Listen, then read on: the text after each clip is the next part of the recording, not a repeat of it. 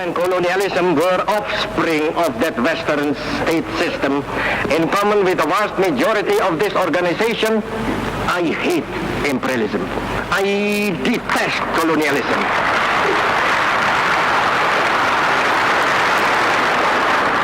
And I fear the consequences of their last bitter struggle for life.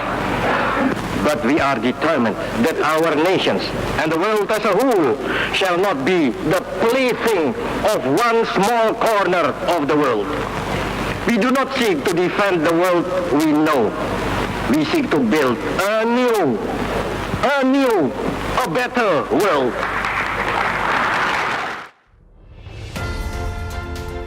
Saudara, pada 30 September tahun 1960 terjadi peristiwa penting bagi dunia dan Indonesia. Pidato Presiden pertama Republik Indonesia Insinyur Soekarno di depan para pemimpin negara anggota PBB berjudul To Build the World Anew, membangun dunia baru, telah menggemparkan dunia. Bung Karno saat itu mengurai filosofi Pancasila di hadapan para pemimpin dunia yang hadir dalam sidang. Pidato yang sangat berapi-api itu mengkritik sistem dan konsep yang dibangun oleh negara barat selama berabad-abad serta dampaknya pada keberlangsungan dunia. Bung Karno menyatakan ideologi Pancasila bisa menjadi pilihan. Pidato Bung Karno dalam sidang PBB tersebut akan menjadi pembahasan dalam seminar Pancasila 2022 kali ini. Saya Friska Clarissa. Inilah seminar Pancasila 2022, relevansi pidato Soekarno di PBB tahun 1960 to build the world anew.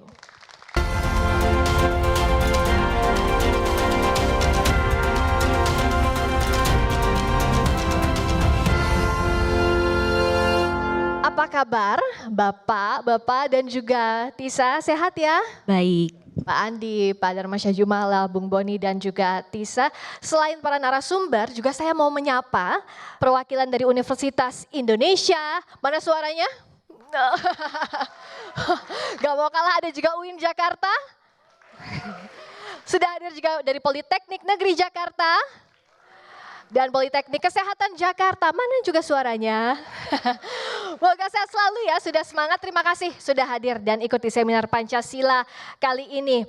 Kita akan masuk saja ke sesi dialog. Di sesi ini kita akan membahas soal relevansi pidato Bung Karno di PBB tahun 1960 bagi dunia saat ini. Saya mulai dulu dari Pak Andi. Pak Andi, kita tahu di sidang umum PBB 1960 saat itu Bung Karno memperkenalkan Pancasila kepada dunia. Bicara soal saat ini, bagaimana kini Indonesia merepresentasikan nilai-nilai Pancasila? Bisa juga kita kaitkan dengan Indonesia posisinya saat ini memegang keketuaan atau presidensi G20. Silakan Pak Andi. Ya, terima kasih. Ada beberapa konteks yang disampaikan oleh Bung Karno tahun 1960 itu yang masih menjadi perjuangan kita saat ini ya. Yang pertama di pidato itu Bung Karno menegaskan komitmen Indonesia untuk memperjuangkan kemerdekaan. Ya, semua bangsa anti penjajahan, anti kolonialisme. Ya, PR kita sampai hari ini adalah memperjuangkan Palestina merdeka. Itu tetap menjadi pekerjaan rumah sesuai dengan dulu apa yang ingin dicapai oleh Bung Karno di pidato tersebut.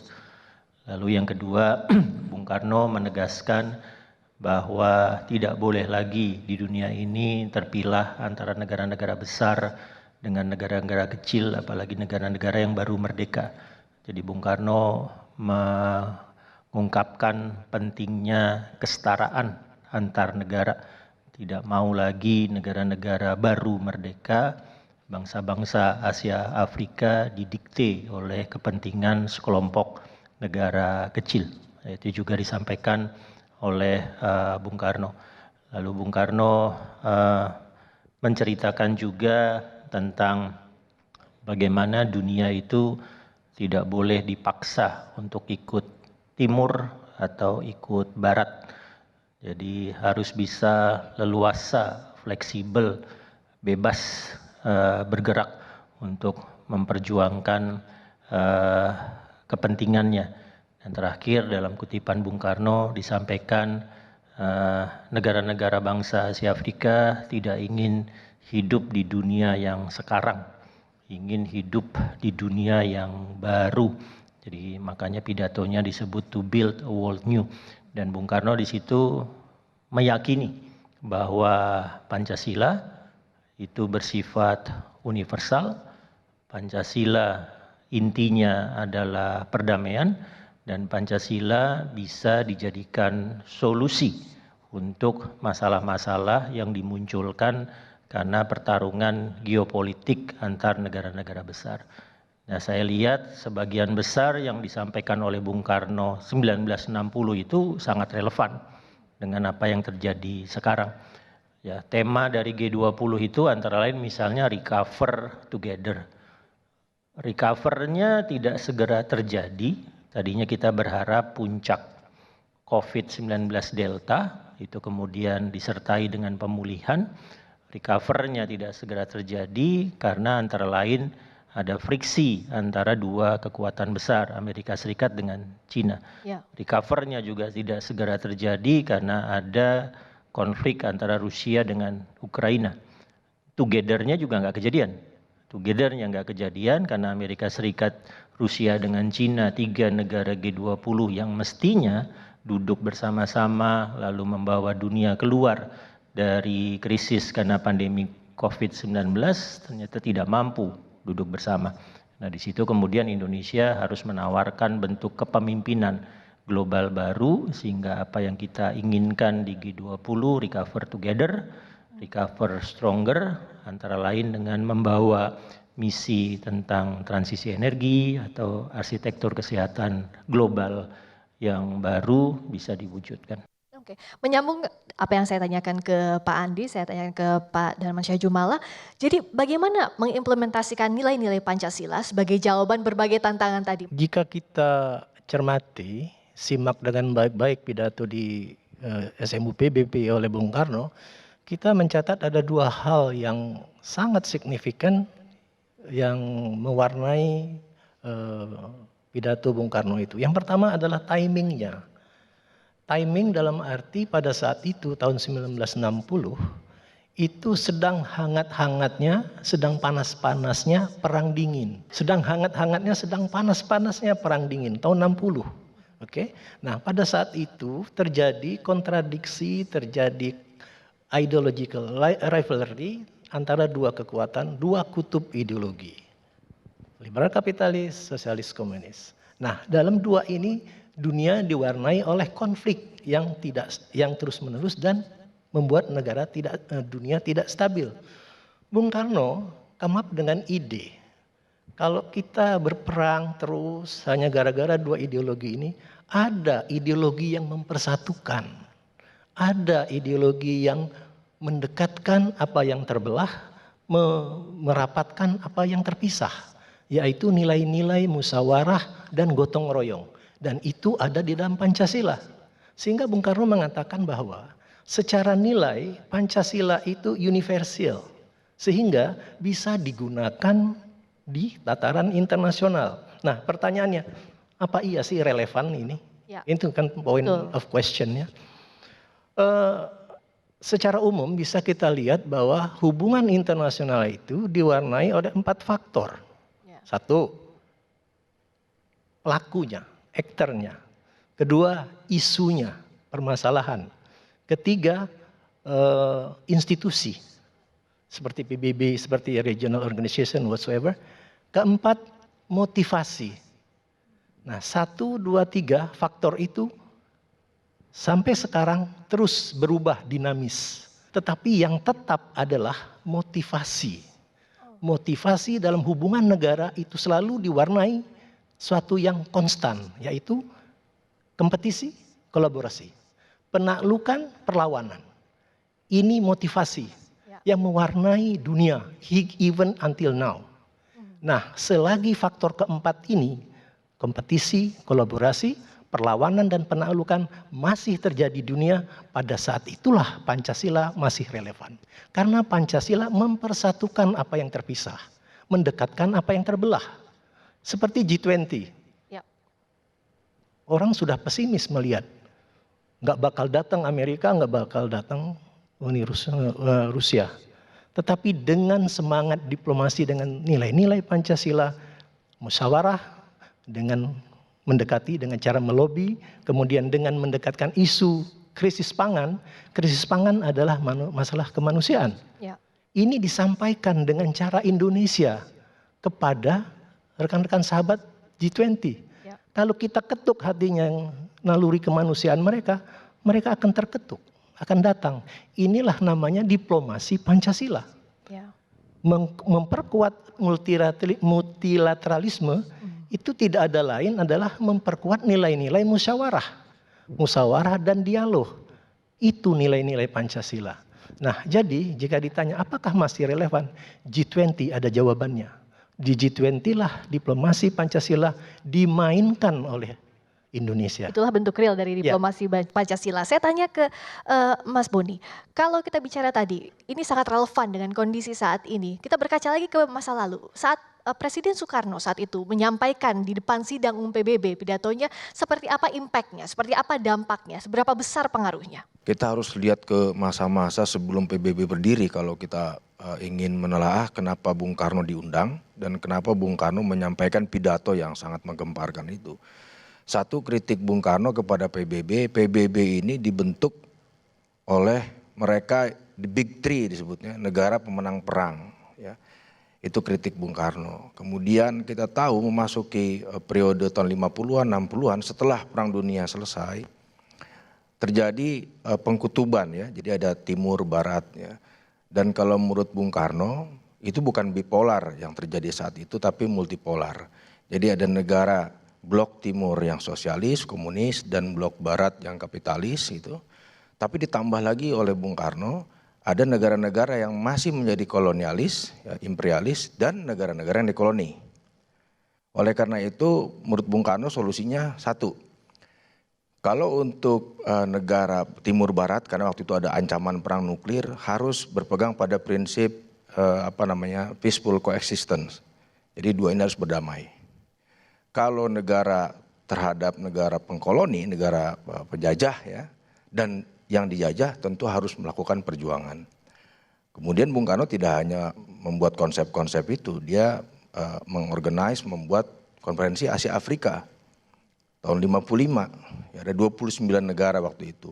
Jadi sebetulnya perjalanan Bung Karno dengan segala macam usaha dan pikiran-pikirannya itu membuat dia kemudian diundang ke PBB dan menyampaikan pidato. Dan harus diingat itu juga ada kejadian pembentukan Federasi Malaya yang menurut Bung Karno itu sama saja meletakkan pisau belati lah di teras rumahnya. Jadi kan geopolitik dunia setelah perang dunia itu terjadi, perang dunia kedua terjadi itu kan berubah. Bung Karno ingin PBB lebih aktif dalam membantu pembebasan negara-negara itu. Yang kemudian tidak terjadi, maka Bung Karno melakukan kritik. Ya. Nah, Bung Karno itu seorang yang sintetis. Ada yang bilang yang sinkretis katanya. Dia gemar menggabungkan beberapa hal yang baik untuk menciptakan kebaikan yang baru. Kalau saya lebih menyebutnya eklektis. Ya, dia ambil yang bagus-bagus, nah diramu hasilnya itu yang dia gali dari bumi Nusantara ini adalah Pancasila. Maka ke dalam keadaan dunia yang tarik-menarik bahkan bermuara ke peperangan gitu ya, akan membahayakan itu blok timur barat, maka Bung Karno menawarkan Pancasila ini. Karena di dalam Pancasila ada prinsip ketuhanan, ada prinsip kemanusiaan, dan ada prinsip keadilan sosial. Dan tiga ini ada di dua ideologi yang sedang bermusuhan itu. Diramu kemudian ditawarkan. Yang terakhir adalah Bung Karno mengkritik PBB waktu itu karena bermarkas di sebuah negara yang menurut dia tidak netral. Jadi harusnya dipindahkan dari New York. Ya. Pindah. Usulnya waktu itu pernah ya mau ke Jakarta juga gitu ya. Di seberang Sarinah itu direncanakan jadi markas PBB, ditawarkan lah. Jadi memang kritik Bung Karno sangat tajam ya waktu itu, tapi dia tidak hanya mengkritik aja, ditawarkan solusi untuk mendamaikan konflik di dunia pasca Perang Dunia Kedua adalah Pancasila sebagai landasan di mana manusia bisa berdiri, berdamai, berdampingan untuk menciptakan dunia baru tadi. Kalau Tisa melihat sosoknya Bung Karno dan nilai-nilai Pancasila itu sudah diterapkan atau belum sih di kehidupannya Tisa? Yang saya tangkap sebenarnya Pancasila itu menurut saya adalah sebagai pedoman dan juga sebagai bangsa Indonesia dan warga Indonesia tidak tercabut dari akar budayanya sendiri gitu. Jadi dengan adanya Pancasila kita bisa lebih bijak menanggapi suatu hal, apalagi sekarang zamannya sosial media yang mungkin maraknya orang lebih mudah untuk menjudge sesuatu. Dengan adanya Pancasila kita jadi bisa ada batasan-batasan tersendiri dan juga pengingat kita lah sebagai generasi muda khususnya untuk bisa lebih bijak dalam menanggapi suatu hal. Dan kalau sebagai sosok Bung Karno menurut aku beliau adalah sosok role model bagi saya khususnya generasi muda. Apalagi ada kutipan yang saya selalu ingat sampai sekarang, bawakan aku 10 pemuda maka akan aku guncangkan dunia. Jadi menurut saya itu kutipannya maknanya dalam banget ya gitu. Ada alasan-alasan tersendiri kenapa Bung Karno bisa memilih kata-kata tersebut. Berarti dia menganggap akan ada perubahan besar yang terjadi jika kita selalu menanggapi sesuatu dengan semangat pemuda-pemudi gitu. Jadi makanya buat para pemuda-pemudi harus selalu tetap semangat gitu dalam menanggapi suatu hal gitu. Luar biasa, tepuk tangan juga dong buat Tisa. Ini wajah generasi muda ya, bapak-bapak, ibu-ibu semua. Nah, saya ke Pak Andi lagi. Jadi tadi kalau bicara soal Tisa mewakili generasi muda artinya sudah sampai ya nilai-nilai Pancasila ini ke generasi muda. Nah, bicara lebih luas lagi soal tadi saya sempat tanyakan soal G20, bagaimana Pancasila ini bisa jadi jawaban juga dalam kaitannya dalam hubungan multilateral kalau kita bicara soal G20 menjawab berbagai tantangan yang sudah kita bahas tadi, Mas Andi. Ya, dunia memang butuh terobosan baru ya untuk keluar dari pertarungan-pertarungan klasik ya negara-negara besar. Ya ketika Bung Karno mendirikan Lemhanas di tahun 1965, Bung Karno memang memberi tugas kepada Lemhanas itu untuk mengkaji geopolitik, ya pertarungan kekuatan-kekuatan besar di satu area tertentu, ya terutama di Indonesia. Dan Bung Karno ingin agar di Lemhanas dicetak pemimpin-pemimpin nasional yang paham dengan pertarungan itu.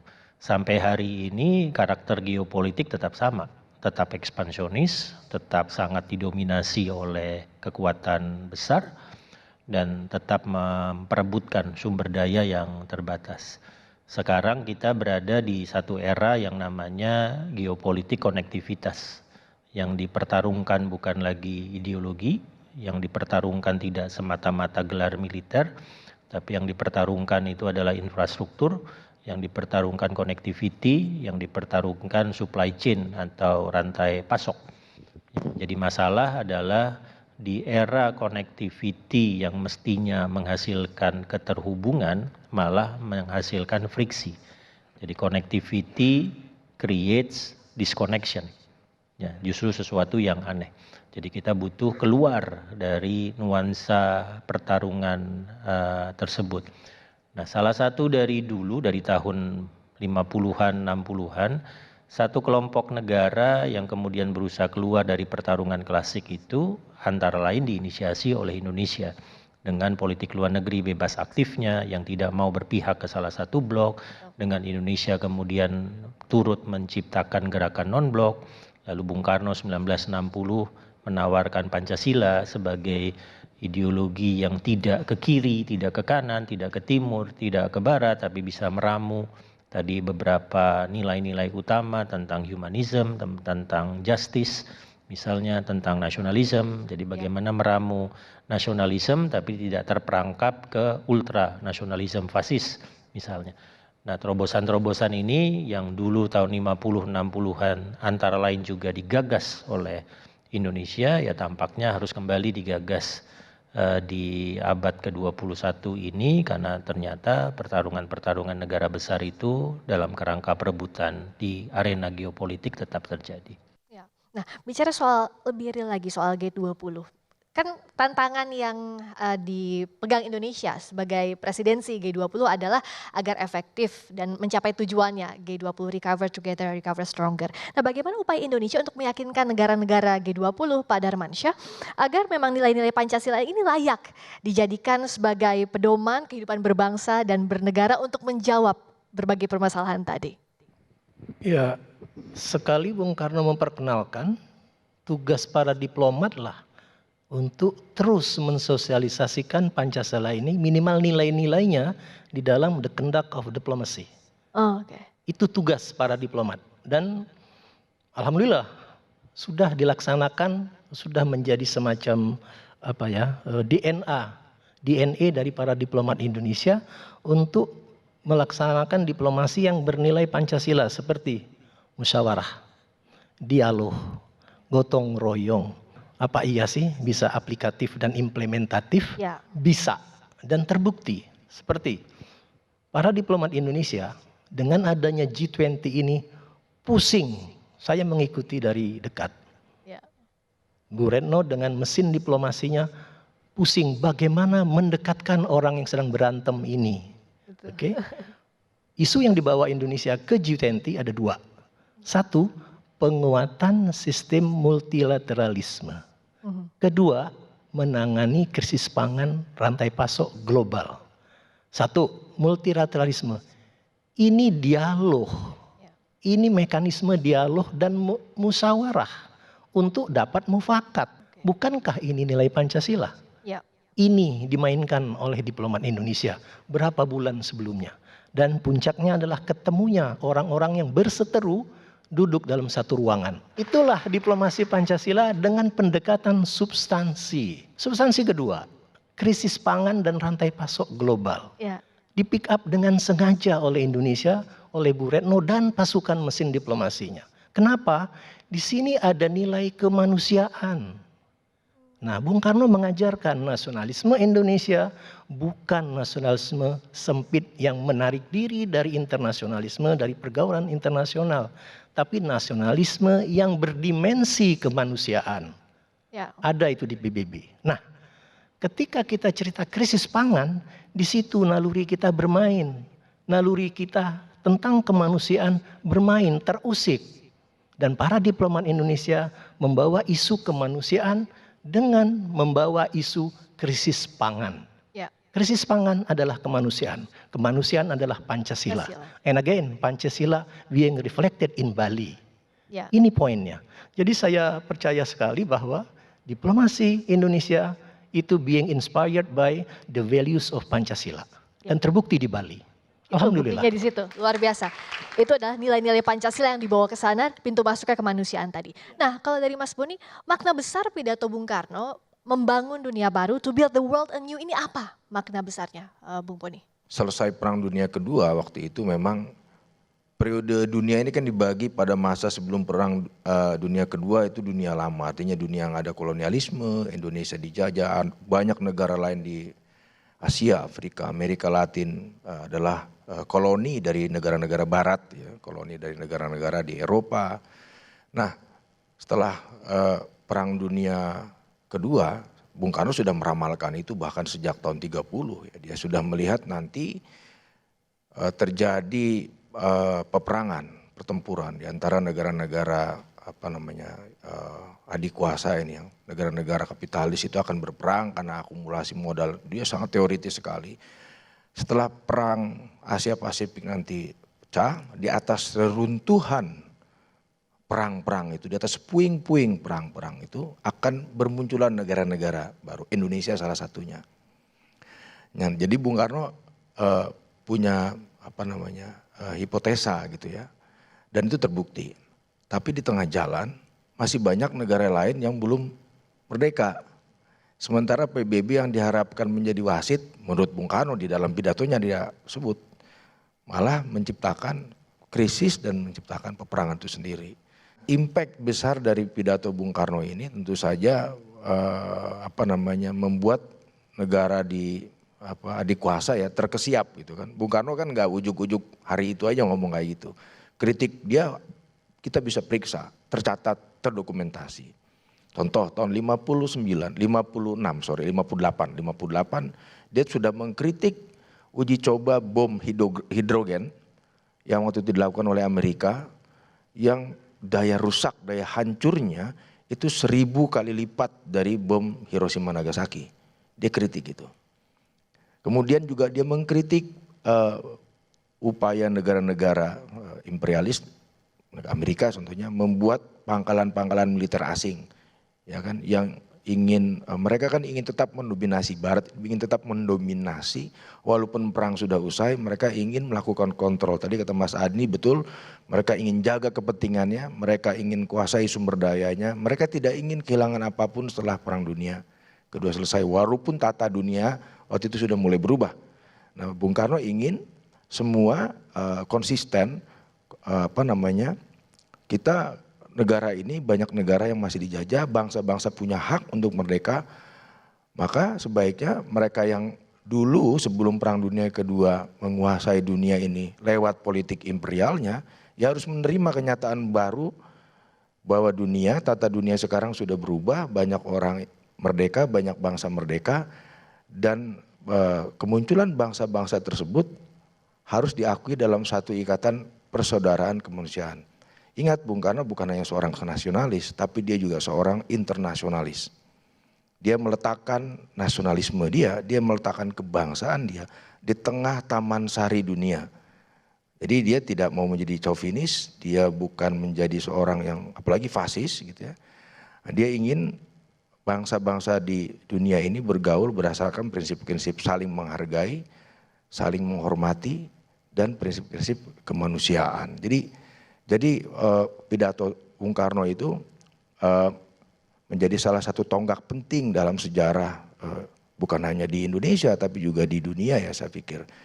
Dia memberikan satu gagasan menciptakan dunia yang baru yang lebih berkeadilan lah kira-kira. Dan kenapa sampai saat ini masih relevan begitu ya apa yang disampaikan Bung Karno saat itu ya? Betul, kalau kata pendiri Kompas, dia mengutip pepatah dalam bahasa Belanda, in het heden ligt verleden, in het nu wat komen zal. Dalam masa yang sudah berlalu kita temukan hari ini, dalam masa di hari ini kita akan temukan di masa depan. Jadi itu aktualitas dari sejarah itu sendiri. Ya, kalau dari sisi Tisa, bagaimana sih, kenapa sih nilai-nilai Pancasila ini sangat penting untuk diterapkan di kehidupan sehari-hari dari sisinya generasi muda ya? Penting banget yang tadi aku sudah bilang di awal gitu. Jadi sebenarnya ini adalah penuntut kita untuk bersikap baik dalam kehidupan sehari-hari gitu. Jadi mengajarkan kita untuk selalu bertoleransi, menghargai perbedaan, khususnya untuk teman-teman kita yang mungkin dari agama berbeda atau dari suku berbeda, dari daerah berbeda gitu. Dari Pancasila, saya sebagai generasi muda semakin yakin gitu bahwa Indonesia sebenarnya dengan adanya perbedaan itu menjadi sebuah keindahan gitu. Jadi makanya kalau misalnya ada salah satu temanku yang mungkin dari agama beda, aku mencontohkan nilai Pancasila dengan mengucapkan pada saat mereka atau beliau merayakan hari raya atau tidak mengganggu mereka pada saat sedang beribadah gitu. Dengan contoh-contoh itu tersebut aja menurut aku sudah menerapkan nilai Pancasila gitu yang harus terus dikembangkan gitu ke generasi muda yang akan datang gitu. Terima kasih sekali lagi kepada para narasumber sudah hadir. Terima kasih Pak Andi Wijayanto, terima kasih Pak Darmansyah Jumala, terima kasih Bung Boni Triyono, terima kasih juga Tisa Biani, terima kasih juga kawan-kawan Bapak Ibu semua yang sudah hadir di Seminar Pancasila 2022. Saya Friska Clarissa, terima kasih atas partisipasi Anda semua. Sampai jumpa. Salam Pancasila.